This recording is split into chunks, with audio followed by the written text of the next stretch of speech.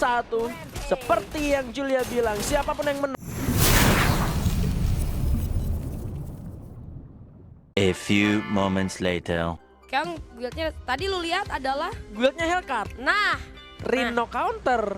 Kalau Hellcard. Rhino counter. Hellcard ya. Iya. Waduh. Ini Tapi- kapan ya tim-tim announce ya? Tolong ya. jangan Tapi bikin bisa kita jadi, basa-basi. bisa jadi juga kalau Bisa misalkan jadi. Keong pindah guild. Bisa, gitu. orang cuman guild doang gitu. Yang gue inget soalnya gue di friendlist BTR itu ada Koja, ada Keong, ada Names. Nah Names ini nickname-nya nggak CN, BTR X name dan guildnya juga NSC. Oke, berarti bukan names ya guys ya. Dan kita akan masuk dulu ke game kita yang ketiga kali ini. Ada Kalahari, di mana garis pesawat yang akan berakhir di Council Hall. Woi, itu map atas, tolong dong ada yang turun, jangan dibiarin gitu ya, kasihan tuh di atas. Gak ada yang ngisi, tapi kali ini Kraken sudah kehilangan 2 pemainnya. Ada satu orang MVP Jatang yang tersisa. Coba melakukan reviving terlebih dahulu, berhasil di touch, berhasil diamankan, tapi nampaknya pada kali ini akan coba masuk Maxigi, berhasil dapatkan satu orang dan wipe out Kraken Esports. Pulang di posisi ke-12. Coba tebak-tebakan Kraken isinya siapa aja. Gua tahu. Hah? Gua nggak tahu jujur gua. Sama, aku juga nggak tahu. Oh. Todak juga informasi yang tadi kita sebutin ternyata tidak valid ya guys ya. Aduh. Kita nggak tahu ini player-playernya sebenarnya siapa aja, menjadi serius banget tebak-tebakannya. Tapi kalau misalnya gosip yang tadi gua dapetin di Todak itu bener, berarti ya make sense kenapa early-nya mereka jadi kuat banget sekarang.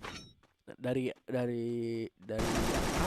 Todak juga kalau perang di Snowfall itu kuat. Enggak, kemarin itu nggak cuma di Snowfall kuatnya. Kemarin Park Match itu Todak main early-nya kuat banget. Kan kalau misalnya kita ngomongin Snowfall ya memang karena mereka juga itu Buriram aja dilawan sama iya, mereka. Buriram aja rata sama Todak gitu kan di week terakhir. Cuman kemarin 4 map yang terjadi di hari kedua itu Todak kuat banget early-nya semua. Dan mereka tuh walaupun pulang di hashtag tengah-tengah atau misalnya di yang enggak buyah, tapi mereka punya poin eliminasi sampai 10 atau di atas 10. Cobra kah? Waduh. Atau pemain Indo? I'm Main- God. I'm God ini I'm God. unknown 7 tuh Oke. katanya. Oh udah katanya. ganti. Yang nggak main ini berarti siapa? Ini berarti Bara nggak main. Iya. Terus si Abak nggak main. Oke, berarti Rasya, Ray, Gedai sama I'm God ya yang Iya. main. Yang farewell di Indo kan kemarin Azril. Terus ada pemain mod juga ada yang farewell. Bisa aja tuh Bisa aja dibawa tuh ke di Todak. Onyx. Jadi dua tim yang beda ya kita sebut ini gimana? Iya, nih? kan bisa aja Azril ke Todak atau nggak ke Onyx sama-sama Iya, butuh iya. rasa juga kan. Betul. Atau ke Persija. Terlalu jauh, tapi kalau kita lihat kali ini dari Boss Divine keasikan ngobrol, ternyata kita melihat adanya 2 player yang sudah berhasil di pick off oleh pada musuhnya sendiri. Sementara dapat tim Todak 3 poin eliminasi ternyata masih dirasa kurang oleh seorang LXP. Satu orang lagi menjadi confirm kill keempat untuk tim Todak. Area Mammoth pun sudah mulai dikuasai oleh mereka. Nah ini kita tebak-tebakan ya, gue jawab Brad sama LXP. Tapi yang pasti bisa gue katakan valid, harusnya Raja masih di sini dari tim Todak. Iya. Berarti kita hanya tidak tahu duanya ya siapa ya? Iya betul. Nah kalau LXV ini akunnya Bang Levi ya, akun coachnya semua yang biasa dipakai. Nah, aduh kita fight aja dulu. Karena Scene of Fantasy tembakan yang connect 20 berhasil menemukan satu tapi dia pun terjatuh. North juga tumbang sayang sekali karena tembakan dari seorang Niche 17 dari arah belakang. Buat kali ini Dewa United Apollo kehilangan 2 pemainnya. Waduh, posisi yang tidak terlalu menguntungkan untuk Dewa United Apollo membuat mereka harus kehilangan 2 penggawanya. Loh. Pocket market dibuka, dihidupkan kembali, tapi aduh kurang respect, nampaknya golnya agak sedikit terlambat dibuka ya. Hanya beberapa DBL sempat masuk, tapi untungnya Kiki masih bisa melakukan perlawanan yang cukup berbahaya. Double barrel yang ia gunakan ternyata mampu memberikan 1 guncangan terhadap musuhnya. Namun sayang sekali pada akhirnya pun Kikinya harus tumbang. Namun sempat menghidupkan kembali teman-temannya. Tim Vagos, ada apa ini Bung Bigan? Vagos nggak siap dengan patch yang sekarang. Belum siap. Iya. Berarti akan siap pada nanti ya. Pada waktunya. Pada waktunya betul. Tapi kalau ngomongin faktor lain banyak sih. Banyak sebetulnya. Ups, jangan di-spill. Jangan di-spill kalau itu. Jangan di-spill. Dapur. Dapur perusahaan ya. Oke. Dapur perusahaan. Tim Otak kali ini sudah melakukan setup, akan coba untuk melakukan inisiasi Lincah banget loh. nampaknya, tapi oke, Adrian akan coba mundur sedikit demi sedikit. Santa Katarina akan menjadi pilihan tempat untuk sementara waktu. Digocek. Iyo. Digocek sama Adrian doang loh itu 4 orang loh. Iya. Buset. Dan dia bisa dapetin vending machine, dapin 2 temennya lagi gitu. Aneh banget itu vending dilepas itu udah jadi satu hal yang enggak banget sih. Kemarin gue ngobrol sama siapa ya? Cuman di Indonesia kadang kita melihat vending machine itu nggak ada yang jaga. Iya. Nah Selalu ini kayak gitu. makanya kayak tim-tim yang kayak gitu tuh lu nggak pernah nonton saya apa gitu? Ya kalau kita lihat saya nih, kalau misalnya fight 3 udah di depan, satunya pasti ada yang jaga vending machine. Pasti gitu. Iya, jadi lu mau nge-revive pun harus perang dulu. Aduh, ini 4 orang loh Anda Otakarama, vendingnya dilepas. Mereka apa ya, ke bawah hype-nya. Jadi lagi mau all in ke satu player itu, tapi ternyata digocek sama Adrian. Gini Kak Jo, Apa? kalau misalkan ini kan baru preheat ya, wajar lah kita bisa bilang mungkin setiap tim juga masih beradaptasi gitu. Tapi kalau misalkan FFS ID Ada yang gitu. gapnya jauh banget sama saya, itu baru harus dipertanyakan. Ya. Karena FFS harusnya udah lebih siap ya dibandingkan tim-tim ini. Harusnya udah lebih siap. Yang dipertanyakan itu kayak player-player talenta di Indo. Kalian bisa menerapkan ilmu yang di saya nggak sih? Iya. Kalian nonton gak sih? Iya, nonton nggak sih? Coach-coachnya juga. Iya. Kalian bisa nerapin permainan saya buat di Indo nggak sih gitu? Betul. Sepakat. Jadi harus lebih aware. Sebenarnya kalau yang kita omongin tentang vending machine itu tuh little things, tapi little things matter gitu. Iya, benar. Hal sekecil itu yang penting aja. Kok sampai dilepas gitu loh, ngerti nggak? Betul. Itu vending machine menurut gua cukup krusial kalau dilepasin ya, apalagi itu fight jarak sedekat itu dengan vending machine harusnya nyampe ke sana sih. Maksudnya pikirannya nyampe gitu. Itu ada vending machine. Fightnya harusnya ditariknya sambil jaga vending machine. Ya. Biar bisa wipe out musuhnya. Yap. Dan kali ini tim Todak akan melakukan penyerangan karena tim Badak nampaknya sudah diketahui posisinya. Ada King Kong di bagian depan. Coba gunakan Rebel Rush-nya untuk lebih dekat bersama dengan Alex V. 2 lawan 1 akan terjadi. Drill of Battle coba dikirimkan. Tembakan dari full shotgun dan juga ledakan yang sudah terjadi. Di arah bagian depan sana. Satu pemain dari tim Todak nampaknya ada yang tumbang, tapi Alex V masih bisa berlindung kembali. Cukup kuat mereka bertiga di bagian depan dari tim Badak, namun sayangnya Yago Jawa berhasil menumbangkan Maxi di sana. Pride Kasa akan masuk menuju ke bagian dalam, menyerang ke arah 2 orang. Alex V-nya tumbang di sana, Kasa juga jatuh. Trev coba melakukan reviving terlebih dahulu, dan kali ini Yago Jawa sangat menyulitkan sekali dari bagian atas sana, menghasilkan glue wall, membuat tim Badak pulang sudah di tangan tim Todak. Positioning dari seorang Yago Jawa ini cukup berpengaruh besar ya untuk fight yang baru Bagus saja banget terjadi. Jojo ini loh. Iya. Display lagi sama Bigan, padahal gue udah diem-diem baik loh dari tadi. Ternyata Jojo ini memang positioningnya bagus ya. Itu sangat berdampak besar kalau kita lihat tadi di mana Jojo posisinya bener-bener nggak kesentuh ya, untouchable sama musuhnya. The way dia tarik lagi musuhnya ke arah POV dia kayak gimana, teman-temannya juga bisa berkomunikasi dengan baik sehingga Jojo tetap dapetin area yang terlihat gitu. Dan di sisi lain ada Onyx Olympus kali ini yang masih belum kita tahu siapa itu King Kong gitu kan, yang bisa kita lihat hanya Jack dan juga Zero.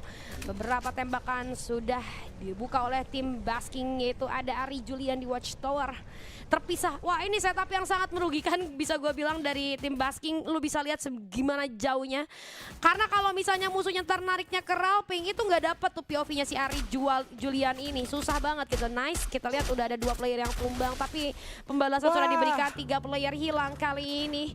1 player terakhir itu seorang Ralph High. Nampaknya tidak ada pilihan lain selain disengage menggunakan mini launchpad ya. Seperti yang gue bilang, antara 2 pilihan aja, mau fightnya di POV-nya Ari atau Ralph High, karena nggak bisa di POV dua-duanya barengan gitu. Iya. Yang satu ada di Watchtower, yang satu ada sedikit patahan yang ngalangin. Jauh ini yang paling jauh sih. Jauh ini yang paling jauh. Iya, orang itu main 3-1 aja udah bahaya. Ini 2-2-1. 1-1-2. 1-1-2 makin Dan bahaya. angle-nya berbeda. Iya, Ini angle-nya kalau beda. misalnya kalian main di satu grounding yang sama dengan konsep seperti itu, mungkin dia niatnya mau sandwich. Iya, Mungkin. sandwich. Ini angle-nya beda semua, levelingnya beda, groundingnya beda, ya udah pasti susah buat saling backup. Kelihatan dari kanan tapi dari kiri nggak kelihatan. Iya. Kalau dari kiri kelihatan, yang kanan Karena nggak ngeliat. iya dari Ari Julian kelihatan ya udah Ralph High tuh nggak bisa ngapa-ngapain gitu. Aduh, agak-agak jauh ya ternyata setupnya. Cuman oke lah, pelajaran menarik. Mungkin kita tadi juga diliatin POV-nya pas udah setup kayak gitu. Kita nggak tahu sebenarnya awalnya mereka entah lagi bareng terus jadi terpecah atau kayak gimana. Tapi itu setup yang harus dihindari ya, kawan-kawan, dengan grounding yang berbeda ya. Karena gini, meskipun sekarang ada di patch update, template penyerangan atau setup yang masih efektif itu tetap 1-3, tetap satu supportnya di belakang, 3 tanknya di depan. Kalau misalkan gak ada granat ya udah jadiin tank 3 di depan gitu loh. Atau satu raser, satu granat, satu healer kayak gini. Kayak contoh Bigetron Delta 1-3 itu yang paling apa sih namanya, yang paling efektif lah, yang paling works gitu. Kalau misalkan 1-1-2 mungkin yang bisa satu orang tuh granat, tapi tetap ketika di posisi yang berjarak lu jadinya nembak pakai senjata jarak jauh, yang mana tembakan jarak jauh masih sangat mudah untuk dihalang dengan adanya glue wall. Sesimpel itu aja. Apalagi dengan penggunaan Skylar yang sekarang sudah mulai menurun ya. Kan kalau misalnya jarak jauh ada Skylar kan bisa lebih enak lagi gitu, tapi tetap aja kalau dengan udah Skylar sekarang agak jarang digunakan akan jadinya membuat tembakan jarak jauh semakin sulit lagi. Tapi kita akan melihat kali ini Command Post akan menjadi tempat persinggahan bagi kawan-kawan dari tim Todak. Lihat 9 poin eliminasi, mereka tuh selalu loh dari early tuh udah banyak terus poin eliminasinya, tapi bisa gua katakan dari placement poinnya tidak terlalu stabil dari kemarin gitu. Kadang di middle, kadang juga nyampe late game, kadang bahkan di early udah hilang tapi setelah 2-3 fight gitu. Itu penyakit dari kemarin-kemarin sebetulnya, dari season lalu juga ya. Makanya diharapkan dengan adanya Jojo dan Azril kan bisa ngebawa ini lebih bagus. Astagfirullahaladzim, kan kita nggak tahu Azril kemana. Iya bener juga. Iya, Azril itu kalau misalkan dia Azril pindah ke tim, Onyx katanya. Nice. Tapi kalau Azril pindah tim, biasanya nick samarannya dia yang paling nyentrik itu Pierce Boy atau Pierce Z. Oke. Tapi kita nggak lihat kok di sini. Iya makanya. Berarti harusnya Azril nggak ada. Nggak ada Azril. Tapi aneh ya kalau Azril nggak ada. Soalnya Azril ini tiap season nggak pernah libur. Ada aja tim yang dia datengin. Iya, dia kolektor jersey. Kolektor jersey. Itu kalau kita main ke rumahnya Azril tuh ada semua jersey di sana ya. Jersey Barcelona juga ada. Walah, tapi kita tadi melihat ya ada seorang Icon yang berhasil terpick off oleh pada musuhnya itu sendiri, membuat Onyx Olympus kehilangan satu manpower yang cukup penting harusnya. Dan kita akan melihat setup dari Bigetron Delta dengan 5 poin eliminasi yang sudah mereka miliki. Balik lagi, Bigetron Delta ini bisa gue bilang movingnya tuh cepet, dan itu yang akhirnya membuat mereka selalu bisa dapetin compound solid. Kalau kita lihat dari 3 game yang sudah berjalan ya, selalu mereka tuh punya tempat yang bisa mereka manfaatkan untuk nungguin musuhnya. Dan kita melihat tim Otak tadi ada penggunaan Stevie yang cukup on timing sehingga mengurangi damage dari eksplosif yang diberikan pada musuhnya. Tapi ada Glow Melter juga flash face kali ini yang membuat tim Otak terkena pressure yang cukup berat. Mau gak mau mereka harus memikirkan jalan keluar. Itu udah ada monster truck kawan, boleh digunakan mungkin ya. Namun resikonya tinggi lah dengan banyaknya pemain sniper kayak kiri ini, terus si Yago Jawa yang selalu bisa memberikan kejutan dari tembakan-tembakan yang akan dia berikan ke arah vehicle gitu, bisa tiba-tiba kena headshot gitu ya kan. Ada Vesaka yang baru kelihatan. Vesaka di sana Joel harus ter-take down, nampaknya sedang terjadi sebuah pertempuran juga antara Vesaka dan juga lawannya sampai ternyata Vesaka yang pulang di posisi ke-8. Onyx Olympus coba melakukan reviving kali ini, namun nampaknya Skylar yang sangat menyulitkan sekali membuat kali ini Zero masih bisa untuk di-revive kembali. Bigetron Delta yang tetap kuat di compound yang dia miliki, nampaknya tidak akan keluar, tidak akan terlalu terburu-buru. Tim Todak seperti biasa mereka akan tiba-tiba kehilangan arah ketika masuk menuju ke arah late game, dan somehow ini masih 7 tim. Tapi ledakan dari Bigetron Delta 2 atau Koja berhasil meledakkan 2 orang dari lawannya, membuat kali ini Traps juga memiliki space untuk berpindah tempat dari compound yang dimiliki oleh Onyx Olympus. Sayangnya Bigetron Delta tidak melakukan rush ke arah Onyx Olympus setelah dia berhasil menumbangkan 2 orang dengan 1 buah ledakan granatnya. Ya karena nggak ada alasan juga buat mereka keluar, Bigan. Itu mereka udah dapetin compound yang sangat nyaman. Kalau kita lihat dari minimapnya itu circle tuh akan ada di area yang cukup terbuka. Jadi menurut gua advantage yang dimiliki oleh Bigetron Delta sayang kalau buat dilepasin, misalnya mereka ngeras gitu kan. Itu ya mereka bisa dapetin tambahan poin eliminasi, tapi nggak menutup kemungkinan mereka nggak akan selamat kembali ke rumah itu gitu. Gue salut sama Chris Josie. Dia bisa nge-build pemain kayak Koja yang wow, membuat satu tim juga yang Nastar Kediri tertahan di bagian luaran zona sana. 7 poin eliminasi yang berhasil mereka kantongi, dan zona juga masih berada di arah mereka. Dan tentunya sangat sulit untuk bisa ditahan tembakan dari arah Bigetron Delta. 1 orang Koja yang bisa diubah menjadi pemain yang sangat bijak sekali setelah Iya, ini Koja ini anak didiknya ini juga kan, Chris Jo dari Eko. Iya, dia akhirnya bisa nge-build dari Iya. mentalitinya gitu kan, dari Iya. segi gameplaynya. Dan itu akhirnya terjadi, ini disiplin banget. Sebenarnya Bigetron tuh bisa banget kayak tadi Biga bilang ngeras, tapi enggak, mereka nggak ambil keputusan itu. Kenapa? Karena mereka tahu ujung-ujungnya bakalan kesana juga. Ada granat juga yang dilempar oleh Bigetron Delta 2 yang kayaknya udah confirm itu berarti Koja ya. Yes. Kalau kayak gitu, satu orang didapatkan. Tim Otak kali ini masih bergelut dengan tim Onyx. Jacknya pun tumbang di arah luar. Ada Skyler yang juga mewarnai fight yang telah terjadi.